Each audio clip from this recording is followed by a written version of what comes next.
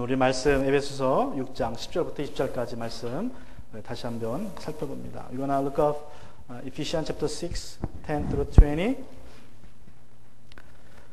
바나 연구소가 여론조사한 바에 따르면 다음과 같은 내용이 이제 나왔다고 합니다. Barna Research Group conducted a poll in which they discovered the following.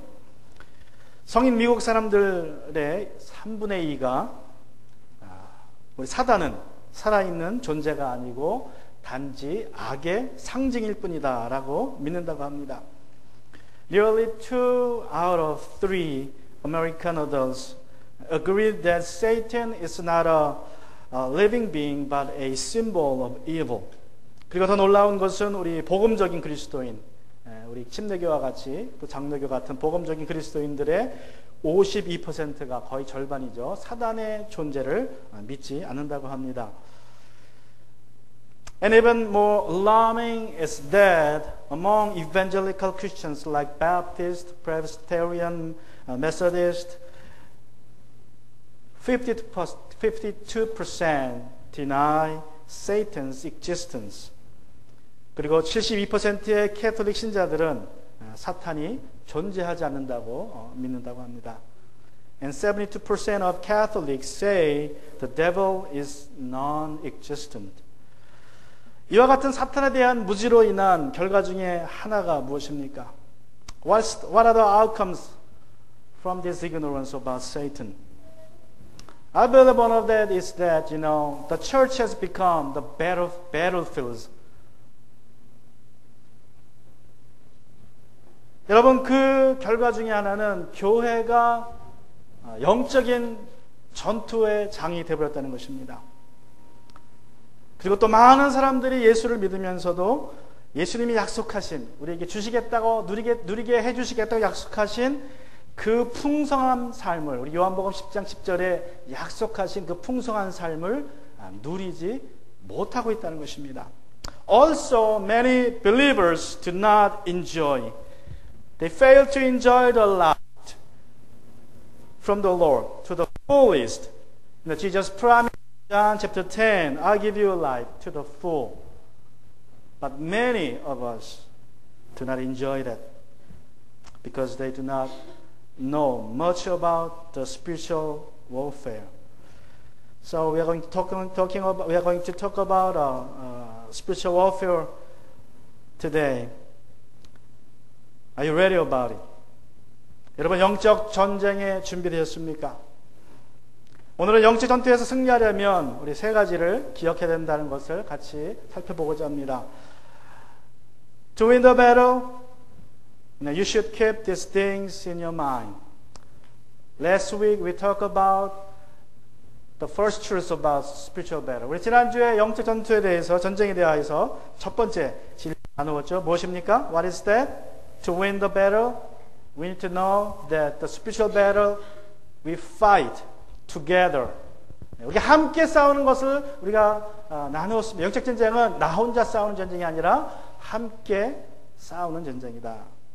자, 오늘은 또 다른 세 가지를 나눕니다. Today we're gonna deal with another three things. The first, we need to know to win the battle is that, keep in mind that those who are born again are all Christ soldiers. All those who are born again are Christ soldiers.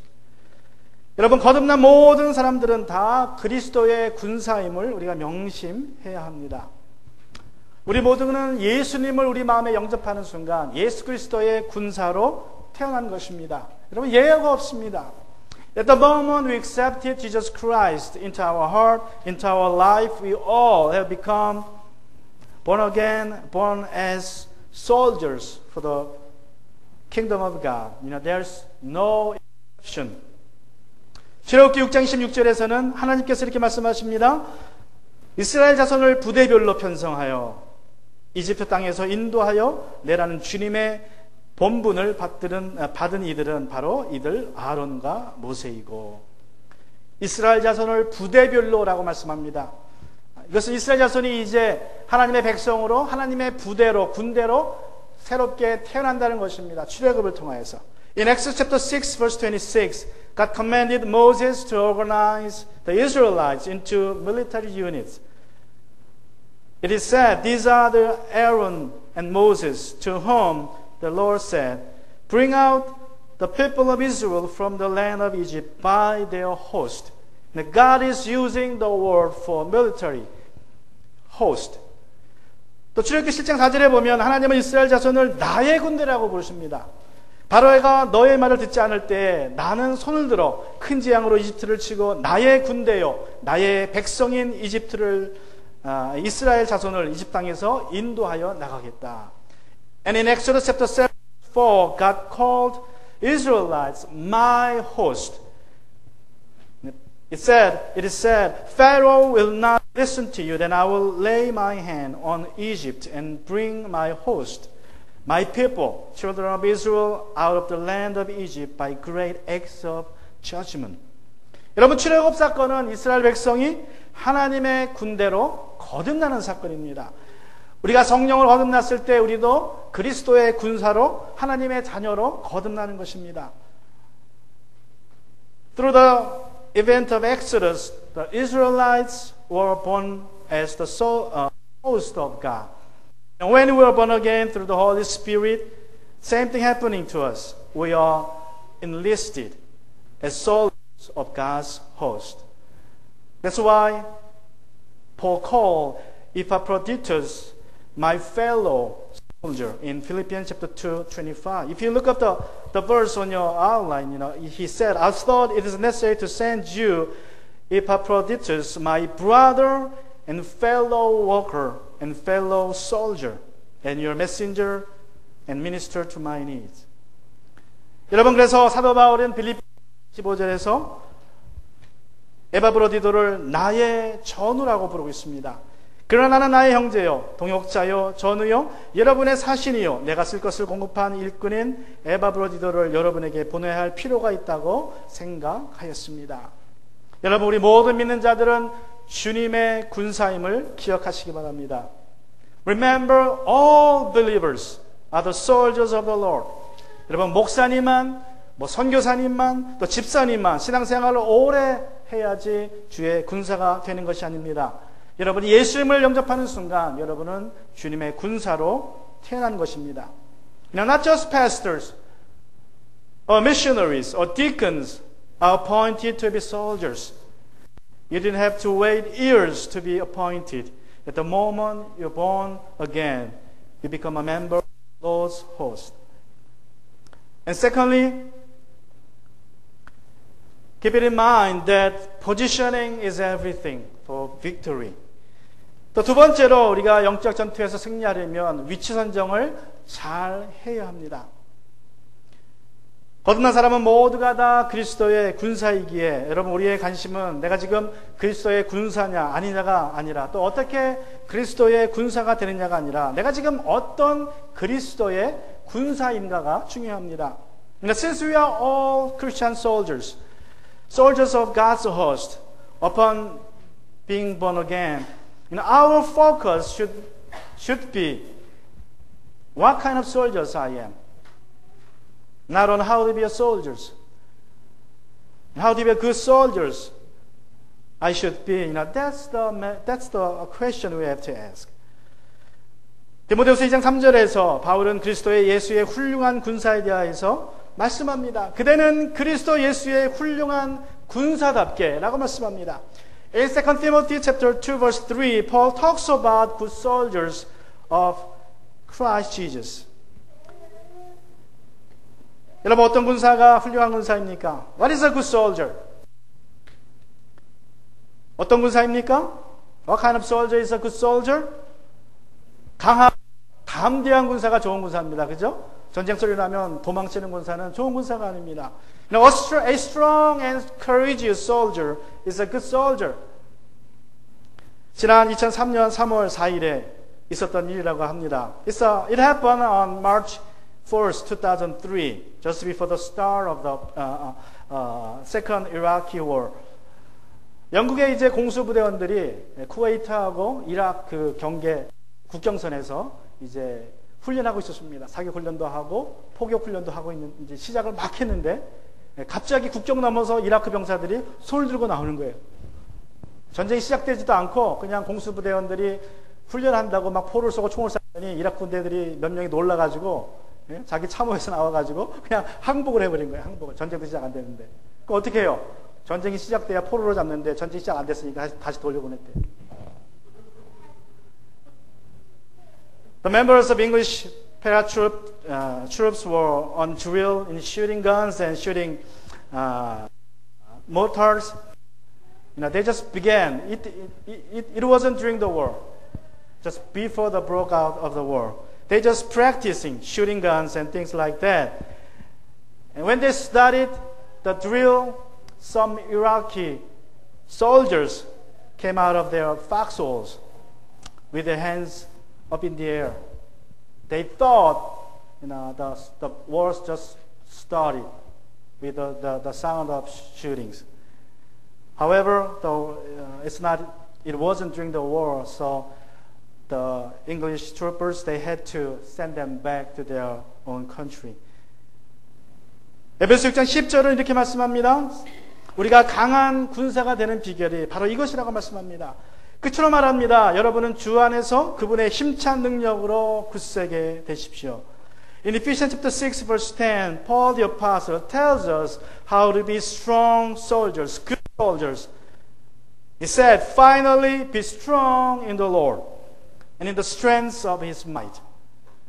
여러분, 우리가 어떻게 할 때 강한 군사, 훌륭한 군사가 된다고 말씀합니까? 주님 할 때에, 주님의 능력을 덧입을 때에 우리가 훌륭한 군사가 된다고 말씀합니다. How can we become strong and good soldiers? He said, it is when we are the Lord and the strength of His might. 사업을 할 때 가장 중요한 것이 뭐라고 말씀합니까? What's the three keywords when you're about to do your own business? 여러분이 사업을 시작하려고 할 때 가장 중요한 세 단어, 또 부동산 업자들이 강조하는 중요한 세 단어. These three words are also emphasized by realtors. 뭐죠? Location, location, location. 그죠? Location. 집 살 때도 제일 중요한 게 뭐예요? Location. When you about to buy a house, location is the key factor. Same thing with your business. When you're about to start a business, location is the key. 여러분, 로케이션이 제일 중요합니다. 사업에서 뭐 살려고 하면. 똑같습니다. 여러분, 영적 전쟁에서도 가장 중요한 게 있다면, 승리를 위한 가장 중요한 한 가지가 있다면, 그것은 내가 지금 어디에 있느냐입니다. It's the same thing with your spiritual battle. To win the victory in your battle, you need to know where you are. You need to set the position right. Where? Where are you now? Where you should be to be victorious? You should be in the Lord. 어느 날 블레셋 군대가 싸움을 걸어왔습니다. 그러자 사울 왕이 군대를 이끌고 싸움터로 전쟁터로 나갑니다. 수많은 병사를 이끌고 전쟁터로 나갑니다.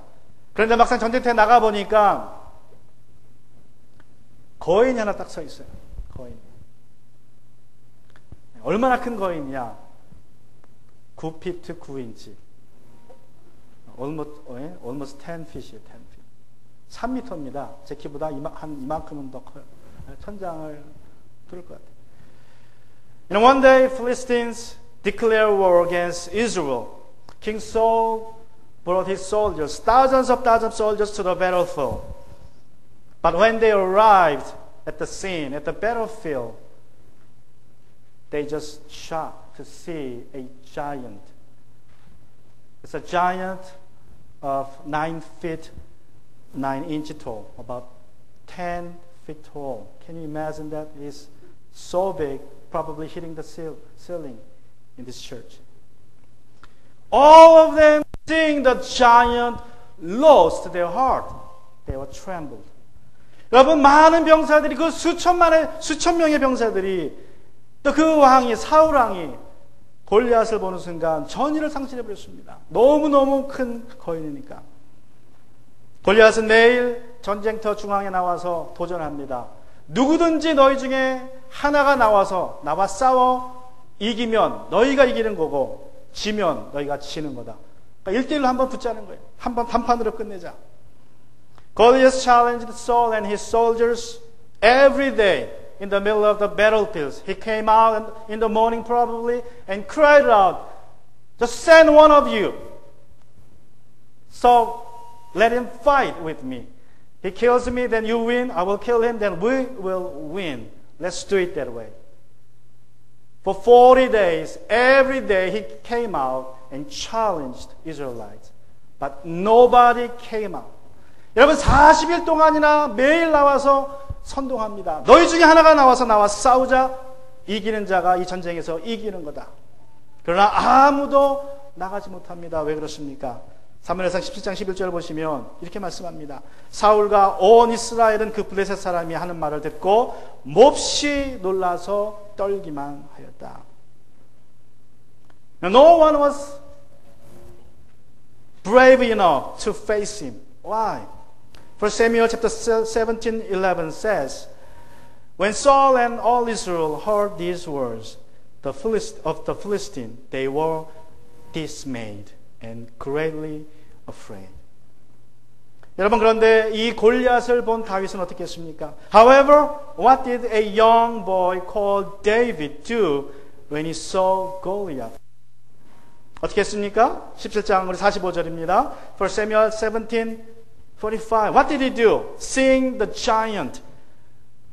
너는 칼을 차고 창을 메고 두 창을 들고 나에게로 나왔으나 나는 내가 모욕하는 이스라엘 군대의 하나님 곧 만군의 주님의 이름을 의지하여 너에게로 나왔다.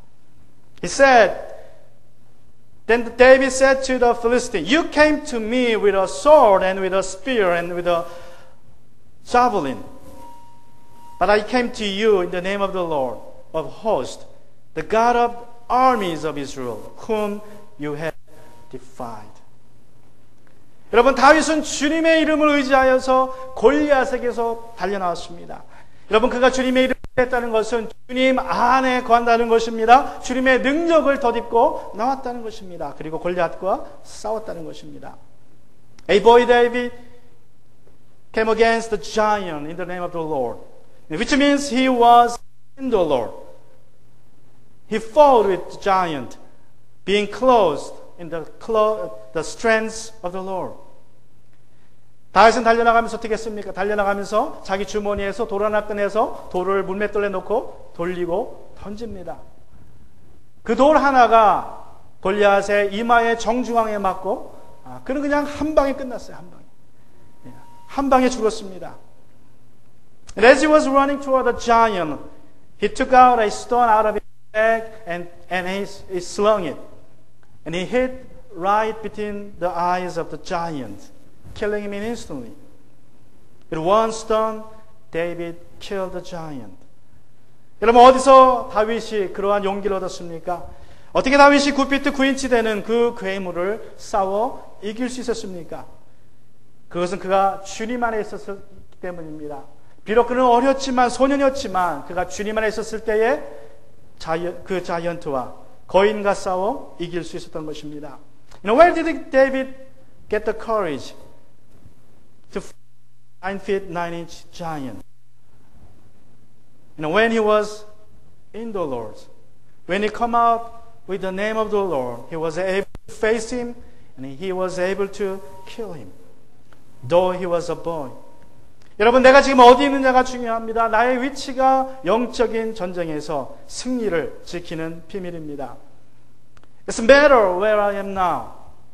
Your location matters most in your spiritual battle. Now, that's the key factor for your victory. I want to show you a kind of illustration. Joseph, would you come out? You can hit this paper with your finger. Just poke it. Hit it. 자, okay, do your best. Okay, this what happens this time. One more time. 자, 이제 우리 조셉 형제가 아주 쉽게 두 번에 걸쳐 했지만 종이를 뚫었습니다.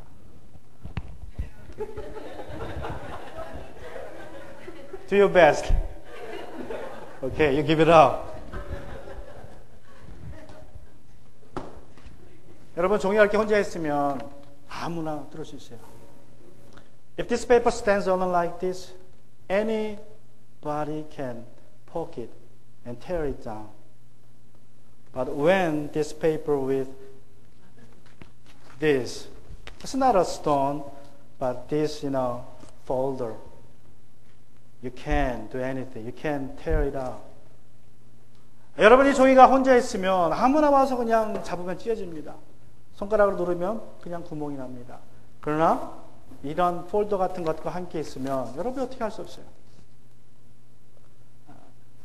우리가 주님 안에 있다는 것도 마찬가지입니다. Same thing, being Lord. If you stand by yourself, anybody, Satan can come and push you down.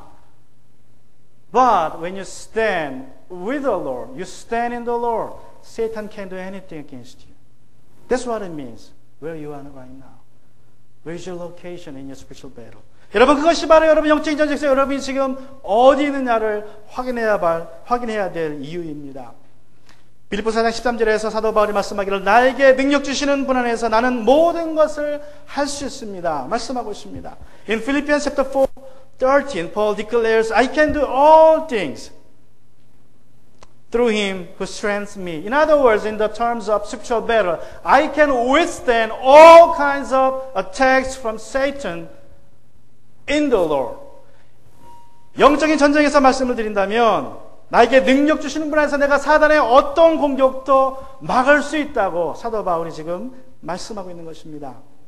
여러분이 주님 안에 있다면 사단의 어떠한 공격이라도 아무리 무서운 공격이라도 여러분은 이겨낼 수 있습니다. If you stand in the Lord,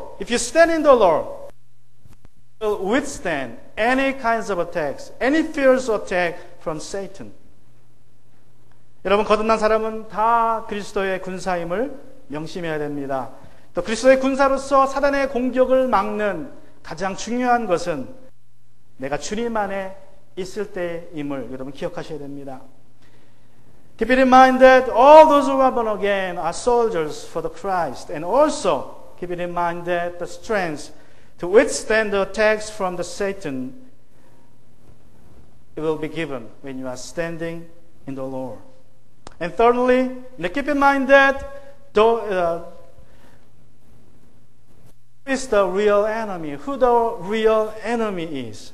여러분, 세 번째로 누가인지 여러분이 아셔야 됩니다. 누가 진짜 적인지. Who are the real enemies? 영국의 경제학자 로널드 히긴스라는 분이 세계를 위협하는 6가지 대적자들을 다음과 같이 열거했습니다. Ronald Higgins, a British economist, listed 6 great enemies that impose great threats to the world and to human beings. 첫 번째가 인구 폭발, 그리고 기근의 만연, 자원 고갈, 급진적인 환경 파괴, 끔찍스러운 핵무기의 공포, 그리고 통제를 벗어난 테크놀로지가 우리 인간을 위협하는 6가지 대적자들이라고 말했습니다. Those are population and widespread famines, resource exhaustion, rapid nature destruction, and out of control technology. 히긴스는 이 6가지 위협들은 모두 인간들이 대처할 수 있는 위협이지만 인간이 어쩔 수 없는 7번째의 아주 절대적인 위협이 있다고 말합니다. 그 절대적인, 인간이 어쩔 수 없는 절대적인 위협이라는 것은 바로 우리 인간 자신이라는 거예요. 인간 자신. Higgins asserted that humans could do something about these 6 threats. But there is another 7th threat that humans can do anything about it. That 7th great threat is humans, ourselves. 여러분, 저는 이 말이 틀리지 않다고 믿습니다. I agree with him. We can do anything about other human beings. Those greatest threats. 그러나 여러분, 명심해야 될 것은 사람은 우리의 진짜 적이 아니라는 것입니다. However, you should keep in mind that we should not fight against other human beings because they are not the real enemies, our enemies. 에베소 6장 12절을 보십니다. 우리의 싸움은 인간을 적대자로 상대하는 것이 아니라 통치자들과 권세자들과 이 어두운 세계의 지배자들과 하늘에 있는 악한 영들을 상대로 하는 것입니다. Ephesians chapter 6 verse 12 which is said, We do not wrestle against flesh and blood, but against the rulers, against the authorities, against the cosmic powers over this present darkness, against the spiritual forces of evil in the heavenly places. 여러분, 성경은 우리 영적 전투는 인간을 적대자로 하는 것이 아니라고 분명히 말씀합니다. The Bible says clearly that we do not wrestle against flesh and blood. 그러면 누가 진짜 적입니까? Then who is the real enemy? 통치자들과 권세자들과 이 어두운 세계의 지배자들과 하늘에 있는 악한 영들이라고 말씀합니다. 여러분, 이것들을 간단하게 말하면 사단과 그의 악한 영들, 타락한 천사들입니다. It is said that they are the rulers, authorities, and cosmic powers, and evil spiritual forces. In other words, Satan and his followers. These are the descriptions of who they are, who Satan is. 자, 그러면 사탄과 악한 영들은 어떤 일을 합니까? Then what do the Satan and the evil spirit do against us?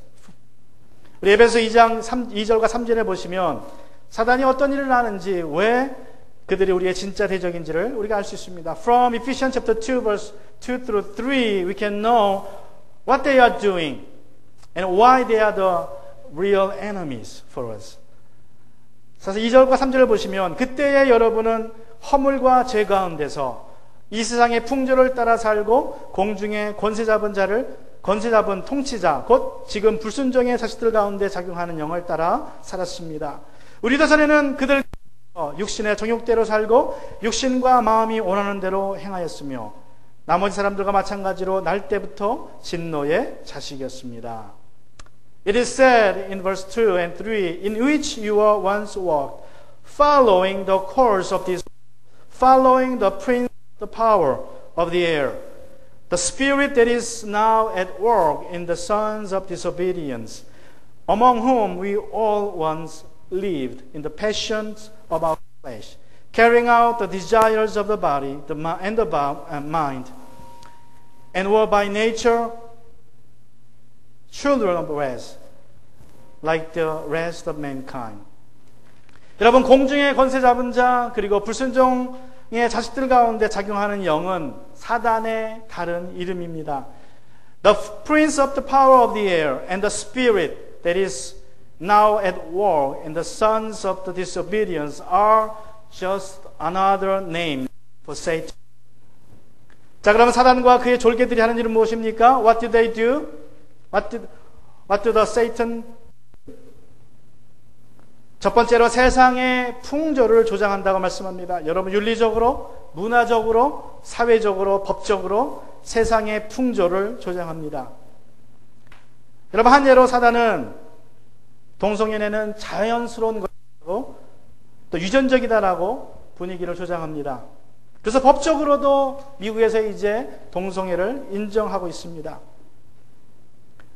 Now they promote courses of this world, ethically, culturally, socially, even legally.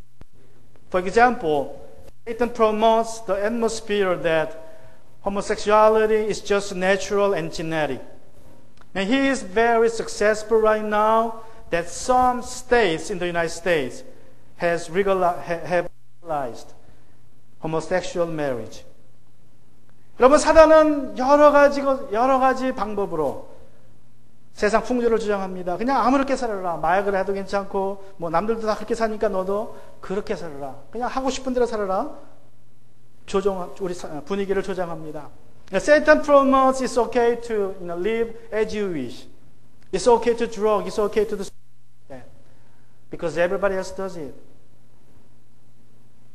또 우리 불순종의 자식, 즉 아직 거듭나지 못한 사람들로 육신의 정욕대로 자기가 하고 싶은 대로 살라고 조정합니다. Also Satan controls the sons of disobedience who are non-believers, even believers, to live according to their passions of the flesh. and the desires of the body.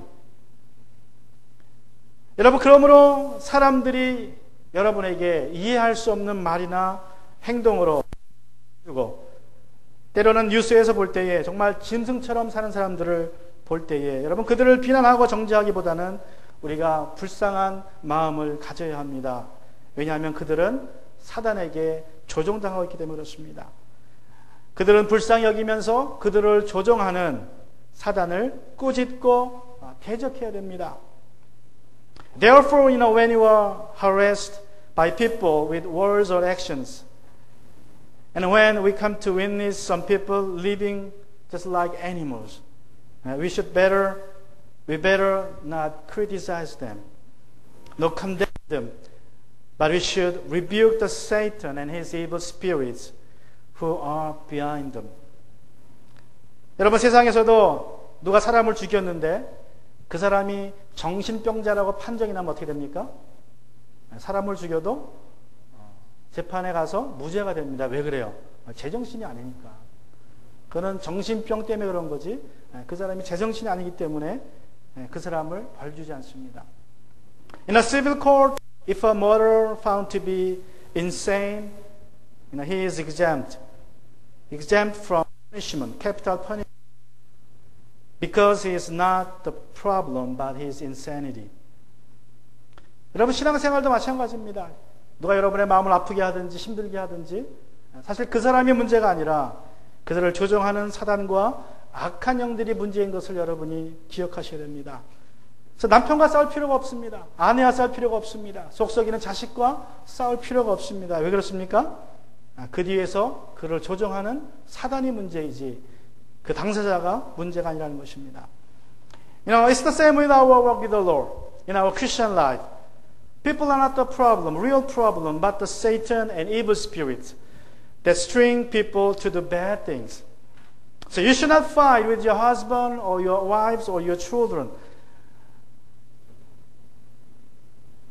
but rather rebuke Satan who are behind them. 여러분, 우리 사람들은 단지 사단이 역사하는 통로라는 것을 여러분 기억하셔야 됩니다. Remember that people are just conduits of Satan's influence. 한 목사님이 시골에 이제 새로 부임을 했습니다. 근데 교회가 시골 교회고 사람도 없고 그러니까 너무 힘들어요. 그래서 목사님이 교회 부흥을 위하여서 이제 새벽마다 기도하기로 작정했습니다. A pastor was invited by a small church in a countryside. Since it's small, he decided to pray for revival. So every morning, 5 o'clock in the morning, he went to church. 그래서 매일 아침 5시마다 이제 교회 가서 기도하기로, 교회의 부흥을 위해서 기도하기로 작정을 하고 이제 첫날 기도하러 나갔습니다. On his first day, when he was about to go deep into his prayer, the door of the church was swung open, and a farmer in the town cried out, Pastor, what time is it now? 목사님이 이제 기도하려고 그러는데 첫날 무릎 꿇고 앉아서 기도하려고 하는데 갑자기 교회 문이 열리더니 마을에 사는 한 농부 한 사람이 목사님 지금 몇 시예요? 아마 옛날인 것 같아요, 스토리가. 목사님 지금 몇 시예요? 목사님이 기도하려다가 번쩍 떠서 시계를 보고 5시입니다. It's 5 o'clock. And again, he was about to go into his prayer.